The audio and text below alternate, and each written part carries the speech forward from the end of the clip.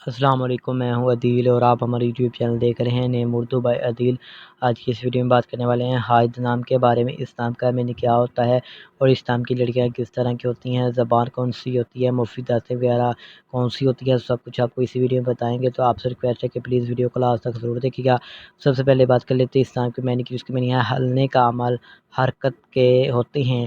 اور تخلیق زمانے کے بارے میں بات کریں تو یہ ایک اردو زبان کا نام مانا جاتا ہے، جنس لڑکی ہے۔ اور اگر ہم اسلام کے مذاہب کی بات کریں تو یہ ایک مسلم نام مانا جاتا ہے۔ اور اگر ہم اسلام کے حامی نمبرز کی بات کریں تو 1 2 3 6 9 15 اور 24 شامل ہوتا ہے۔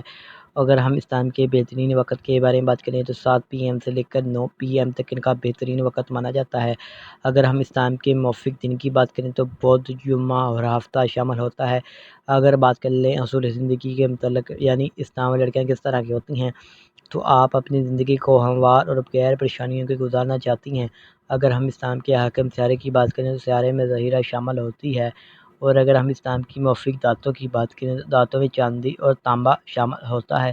اور اگر ہم اسلام کے لکی نمبر کی بات کریں تو ان کا لکی نمبر 5 مانا جاتا ہے۔ اسلام کے موافق رنگ میں پیلا، نیلا، سفید رنگ شامل ہوتا ہے۔